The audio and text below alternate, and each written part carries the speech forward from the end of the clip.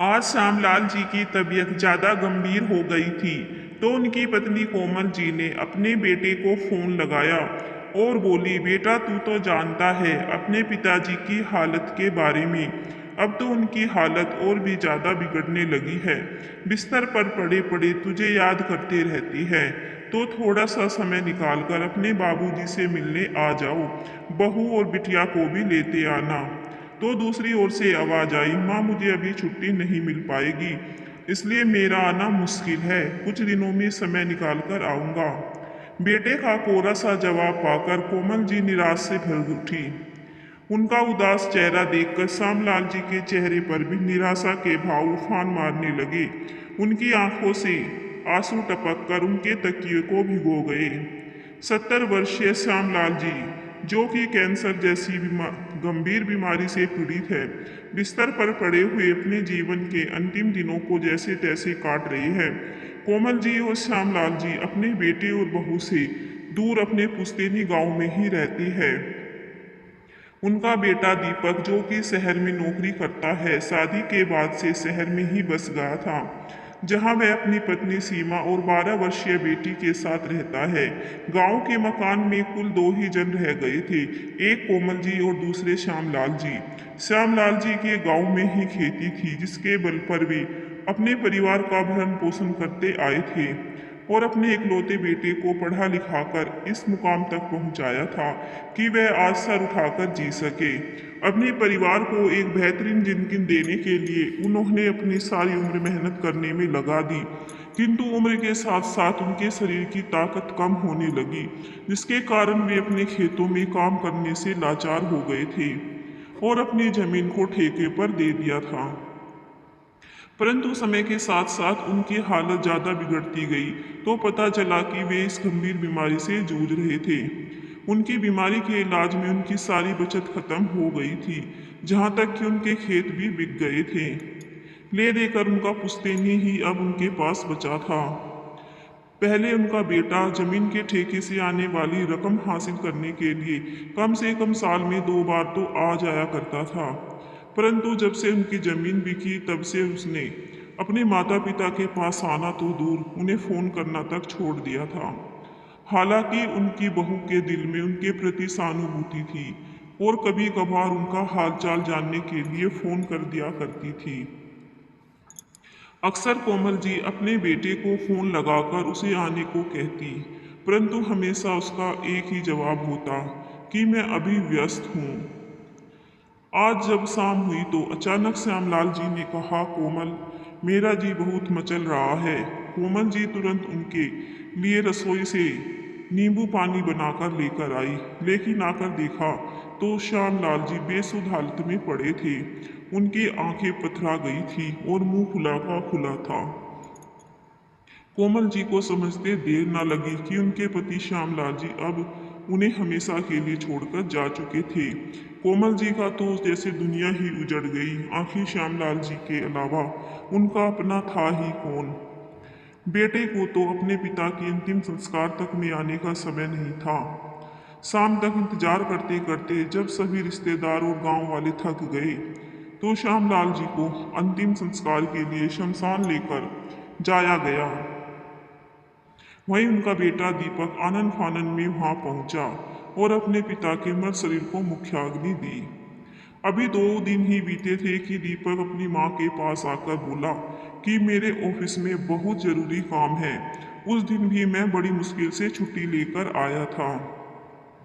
जो होना था सो हो गया, उसे तो बदला नहीं जा सकता, लेकिन मेरा काम बहुत जरूरी है। कोमल जी गुमसुम सी बैठी हुई थी। उन्होंने ना तो अपने बेटे को जाने के लिए कहा और ना ही बस उसे रुकने के लिए कहा। बस एक तक शून्य में निहारती जा रही थी। परंतु गांव वाले और रिश्तेदार जो वहां इकट्ठे हुए थे, उन्हें उसकी बात सुनकर बड़ी हैरानी हुई और उनके जोर देने पर दीपक को वहीं रुकना पड़ा। अपने पिता की तेरवी करने के बाद जब वह वहां से वापस शहर के लिए निकलने लगा, तभी उसे गांव के सरपंच ने रोककर कहा, बेटा तुम्हारी बूढ़ी माँ के केवल तुम ही एक सहारे हो। तुम लोगों के अलावा अब उनका कोई भी नहीं है। तुम भी उसे इस हालत में यहाँ छोड़कर चले जाओगे तो उन्हें कौन संभालेगा। ऐसा करो, तुम अपनी माँ को भी अपने साथ ले जाओ। तुम लोगों के साथ रहेगी तो कम से कम उनका समय तो कट जाएगा। यहाँ अकेले तो घर भी उन्हें काटने को दौड़ेगा। गांव के सरपंच की बात कोमल जी को बहू सीमा को भी अच्छी लगी, परंतु वह अपने पति के स्वभाव को जानती थी, जिस कारण कुछ कह नहीं पाती थी। सरपंच की बात सुनकर दीपक बोला, लेकिन गांव की आबो हवा माँ के लिए ज़्यादा अच्छी है। फिर शहर में मेरा घर इतना बड़ा नहीं है कि मैं माँ को भी अपने साथ रख पाऊँ। तभी सरपंच बोले, बेटा तुम शायद नहीं जानते कि तुम्हारी माँ ने अपने जीवन में क्या खो दिया है। तुम्हारे बाबूजी इस उम्र में भी तुम्हारी माँ का पूरा ख्याल रखते थे। अब जब इस उम्र में उन्हें तुम्हारी सबसे ज़्यादा ज़रूरत है तो तुम अपनी माँ को साथ नहीं ले जाना चाहते। ठीक है, यदि तुम्हें अपनी माँ को अपने साथ रखने से ऐतराज है तो यहाँ ग्राम पंचायत उनकी संभाल कर लेगी, लेकिन फिर उसके बाद में तुम्हें तुम्हारे पिता के पुश्तैनी मकान को छूने तक नहीं दूंगा। सरपंच की बात सुनकर दीपक घबरा गया और अपनी माँ को अपने साथ ले जाने के लिए राजी हो गया। कोमल जी एक बहुत बड़ी मानसिक पीड़ा से गुजर रही थी, इसलिए उनकी बहू उनके संभाल करने चाहती थी, लेकिन उनके बेटे को इस बात से कोई मतलब नहीं था। वह तो केवल सरपंच द्वारा जोर दिए जाने पर अपनी माँ को अपने साथ ले जाने के लिए राजी हो गया था। दीपक अव्वल दर्जे का मतलबी और लालची इंसान था, जो रिश्तों में भी अपना मतलब और स्वार्थ ढूंढा करता था। उसकी यही बात उसकी पत्नी सीमा को बिल्कुल पसंद नहीं थी।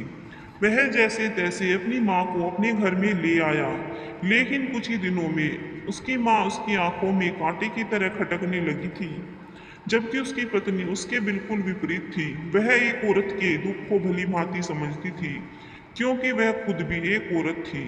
तो वह जानती थी कि यदि किसी औरत का सहारा उसका सुहाग उजड़ जाए तो उस पर क्या बीतेगी, और वह भी ऐसी हालत में जब वह इंसान उसका इकलौता सहारा हो। परंतु वह अच्छी तरह से जानती थी कि उसका पति कितना लालची व्यक्ति है और पैसों के लिए किस हद तक जा सकता है, इसलिए वह चुप रहने पर मजबूर थी। कोमल जी को बेटे के पास आए हुए पूरा एक महीना हो चुका था, और जब दीपक ने पूरे महीने के खर्चे का हिसाब लगाया तो उसके होश उड़ गए। बिजली के बिल को लेकर चिल्लाता हुआ आया और बोला, सीमा आखिर तुम पूरा दिन करती क्या हो घर में?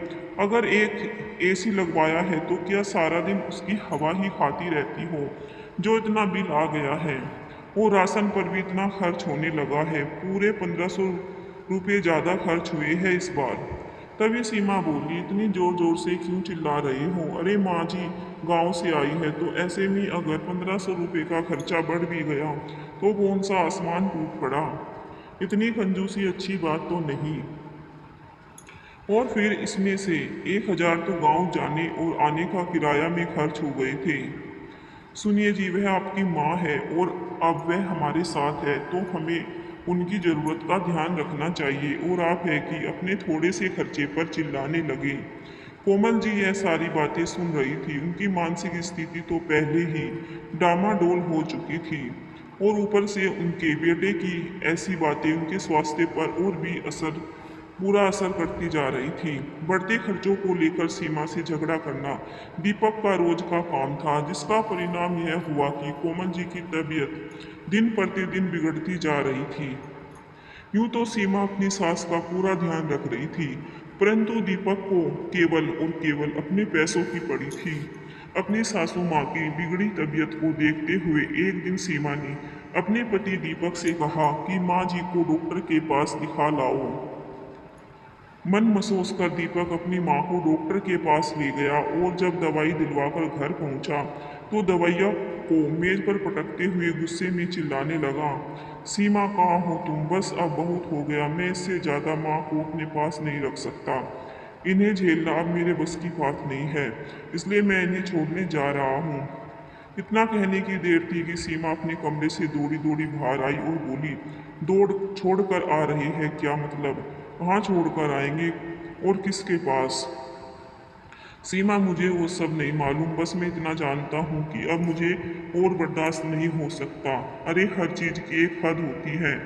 क्या तुम्हें मालूम भी है कि माँ की दवाइयाँ कितनी महंगी आई है? अरे इतने में तो हमारे पूरे महीने का खर्चा निकल आए। ऐसे ही खर्च करता रहा तो मैं तो सड़क पर आ जाऊंगा।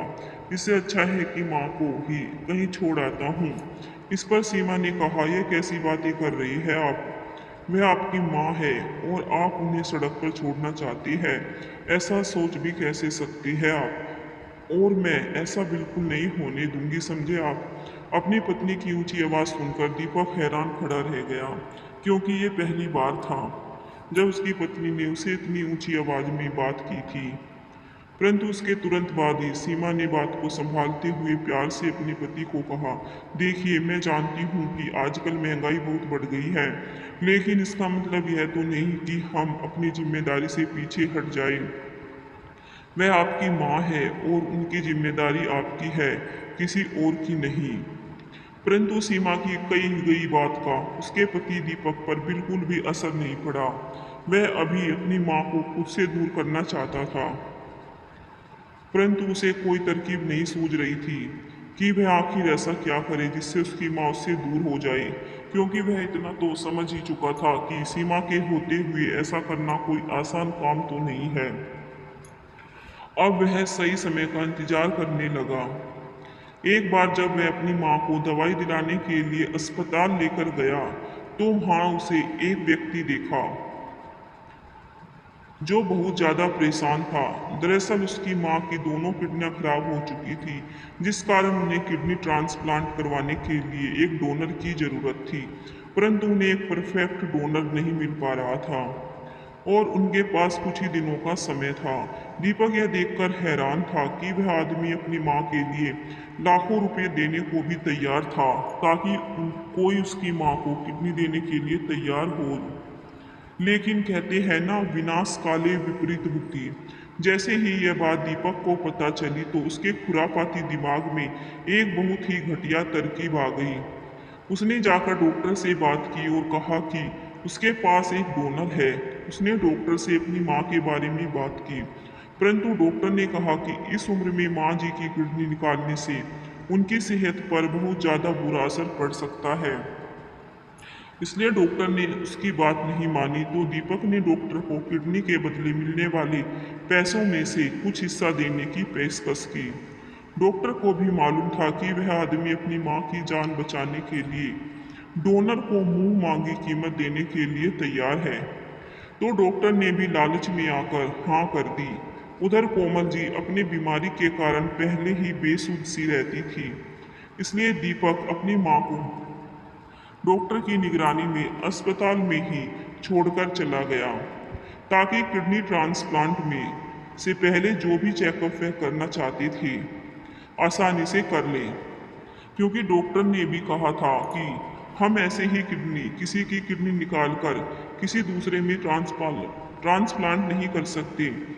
इसके लिए बहुत से चेकअप करने होते हैं और जब सारी रिपोर्ट देख ली जाएगी तभी पता चल पाएगा कि वह सही डोनर है भी या नहीं। इसलिए दीपक अपनी माँ को वही अस्पताल में छोड़कर चला गया और जैसे ही वह घर पहुंचा तो सीमा उससे माँ जी के बारे में पूछने लगी। परंतु सीमा ने देखा कि उसका पति दीपक उससे नजरें चुरा रहा था। काफी देर तो वह चुप रहा, परंतु जब सीमा ने कई बार पूछा तो उसने कहा कि जब मैं माँ जी को दवाई दिलवा कर आ रहा था तो माँ जी को अचानक सड़क की दूसरी ओर चली गई। जब मैं उनके पीछे जाने लगा तो सड़क पर गाड़ियां आ गई और न जाने माँ जी कहाँ चली गई। सीमा को यह सुनकर बहुत अजीब लगा। वह बोली, कमाल है, आपकी उपस्थिति में माँ अचानक कहीं चली गई और आप यहाँ आराम से बैठे हुए हैं। तो दीपक बोला, तो मैं क्या करता? तुम्हें भी मालूम है कि 24 घंटे से पहले कोई भी पुलिस वाला कोई कार्रवाई नहीं करता। ऐसे में मैं क्या करता? मैं उन्हें काफी ढूंढा पर वह नहीं मिली। अब तुम ही बताओ मैं क्या करता? सीमा उस समय चुप हो गई, परंतु यह बात वह मानने को तैयार ही नहीं थी कि माँ जी अपने आप कहीं चली गई। इसलिए वह खुद ही अपनी सासू माँ को ढूंढने के लिए निकल पड़ी। परंतु ढूंढते ढूंढते रात हो गई और कोमल जी का कोई भी अता पता नहीं था। अब सीमा 24 घंटे बीतने का इंतजार करने लगी, लेकिन जैसे ही अगली सुबह हुई, सीमा यह देखकर हैरान थी कि दीपक जल्दी जल्दी उठकर नहा धोकर तैयार हो गया और घर से जल्दबाजी में निकल गया। दीपक ने अस्पताल में जाकर डॉक्टर से बातचीत की और जब उसे डॉक्टर ने बताया कि कोमल जी उस व्यक्ति की मां के लिए एक परफेक्ट दाता है, तो दीपक तो जैसे बलिया उछलने लगा। उसे ऐसा लगा जैसे उसकी तो लॉटरी लग गई हो। उसकी आंखों में ढेर सारे पैसे की तस्वीर नाचने लगी। डॉक्टर ने उसे बताया कि वह आदमी किडनी के लिए 70 लाख रुपए देने को तैयार है। तो दीपक को यह सुनकर और भी लालच आ गया। उसने डॉक्टर के सामने एक बात पूरी तरह से स्पष्ट कर दी कि वह अपनी मां की जान को केवल कुछ लाख रुपए के लिए तो दांव पर नहीं लगा सकता।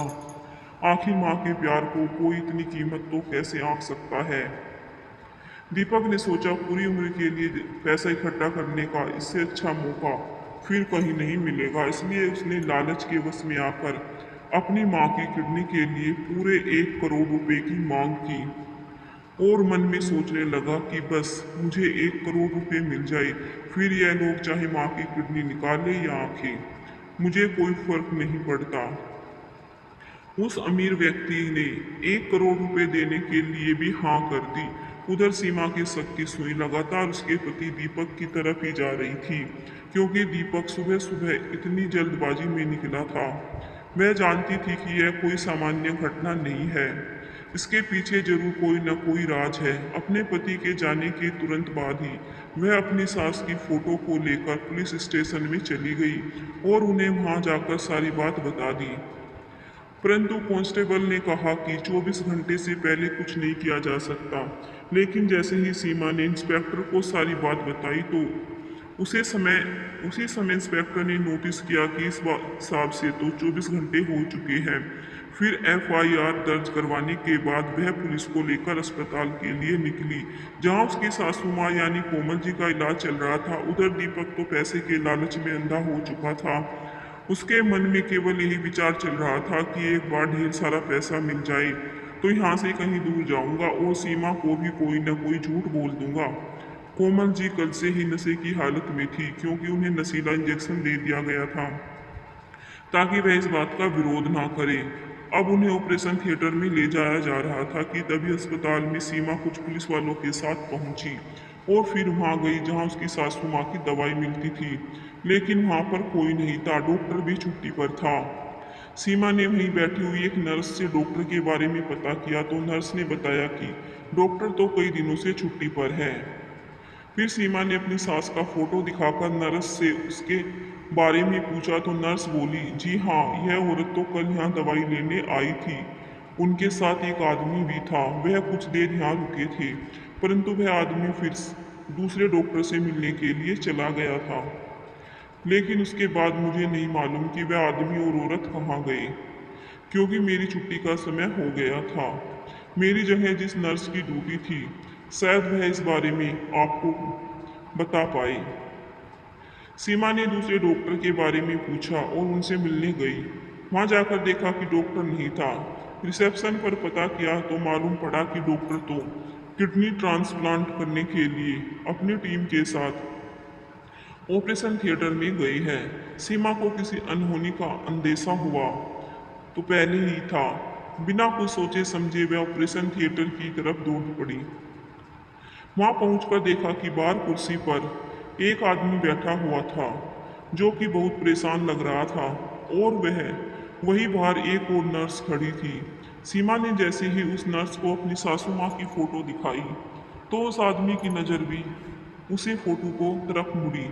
तो वह आदमी चौंक गया और बौखलाए हुए ऑपरेशन थिएटर की ओर देखने लगा। दरअसल वह आदमी उस औरत का छोटा बेटा था जिसे कोमल जी की किडनी लगाई जानी थी। सीमा का शक अब और भी पक्का हो चुका था। वह दौड़ती हुई ऑपरेशन थिएटर की तरफ गई और दरवाजा पीटना शुरू किया। सीमा के पीछे पीछे पुलिस भी वहां तक पहुंच चुकी थी। पुलिस ने दरवाजा खुलवाया और सीमा पुलिस के साथ ऑपरेशन थिएटर के अंदर गई। परंतु जब वहां जाकर देखा तो उसकी आंखें फटी की फटी रह गई। उसकी सासू माँ की किडनी निकालने की पूरी तैयारियां हो चुकी थी और वह बेचारी तो बेहोशी की हालत में पड़ी हुई थी। उन्हें तो अंदाजा भी नहीं था कि उनका अपना इकलौता बेटा उनके साथ आज क्या करने वाला था। तभी कंधे पर बैग लटकाए दीपक बाहर से आ रहा था, जिसके साथ वह अमीर आदमी भी था। दीपक ने जैसे ही वहां सीमा को पुलिस के साथ देखा तो वह घबरा गया और चालाकी दिखाते हुए वहां से भागने लगा। लेकिन अब उसकी ओर चालाकियां नहीं चलने वाली थी। पुलिस वालों ने उसे वहीं दबोच लिया और उसे अपने साथ ले गई। साथ ही ऑपरेशन करने वाले डॉक्टर और उस अमीर व्यक्ति को भी अपने साथ ले गई, जिसने दीपक को इतने पैसे देकर उसकी माँ की किडनी खरीदी थी। थाने में ले जाकर जब दीपक की अच्छी तरह से मरम्मत की गई तो उसने सब कुछ सच सच उगल दिया कि कैसे उस लालची इंसान ने केवल और केवल पैसे की खातिर अपनी जन्म देने वाली माँ तक का भी सौदा कर दिया था। पूछताछ के बाद यह पता चला कि उस अमीर व्यक्ति का उसे मामले में कोई दोष नहीं था, क्योंकि उसे तो यह तक नहीं मालूम था कि इस विषय में दाता की अपनी रजामंदी नहीं है, क्योंकि डॉक्टर ने उसे पूरी तरह से अपने विश्वास में ले लिया था। उधर सीमा अपनी सासू माँ को वहां से बाहर लेकर आई और उनके होश में आने का इंतजार करने लगी। जैसे ही कोमल जी को होश आया तो सीमा उनको गले में लगकर रोने लगी। कोमल जी अभी तक पूरी तरह से ठीक नहीं हुई थी, लेकिन वह इतना समझ पा रही थी कि उनकी बहू बहुत दुखी है और उसे चुप करते हुए कहने लगी, बेटी चुप हो जाओ, सब ठीक हो जाएगा, परमात्मा सब ठीक करेंगे। सीमा अपनी सास को लेकर अपने घर वापस चली गई और उनका अच्छे से ख्याल रखने लगी।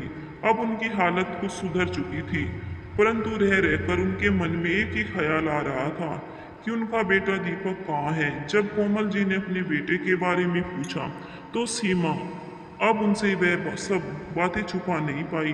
अस्पताल में हुई सारी घटना उन्हें बता दी। कोमल जी यह बातें जानकर बहुत हैरान रह गई और सोचने लगी क्या कमी थी उनकी परवरिश में जो उनका बेटा इस रास्ते पर चल पड़ा। परंतु फिर दूसरी ओर अपनी बहू को देखती उनके मन में कुछ तसल्ली सी दिखती। दीपक को तो 3 साल कैद की सजा मिली और वहीं डॉक्टर को जुर्माने के साथ साथ सस्पेंड भी कर दिया गया। समय बीतने के साथ साथ शांत और सुखद माहौल मिलने के कारण कोमल जी का स्वास्थ्य भी अब अच्छा होने लगा था। वह धीरे धीरे ठीक होने लगी थी। उधर सीमा ने अपने घर में रहते हुए ही ऑनलाइन जॉब शुरू कर दी, फिर घर का खर्चा निकाल सके, क्योंकि वो अपनी सास को इस हालत में छोड़कर नहीं जाना चाहती थी। देखते ही देखते अब कोमल जी बिल्कुल ठीक हो गई थी। 3 साल बीतने के बाद जब दीपक घर वापस आया तो वह पहले जैसा दीपक नहीं था। उसमें बहुत सारे बदलाव आ चुके थे। उसके चेहरे पर शर्मिंदगी के भाव थे और दिल में अपनी माँ और पत्नी के प्रति इज्जत। दीपक के मन से अब पैसा पाने का लालच खत्म हो चुका था। अब वे लोग सुख से रह रहे थे। पैसे कम थे लेकिन सुकून और शांति इतनी थी जितनी आज तक उस घर में कभी नहीं रही होगी।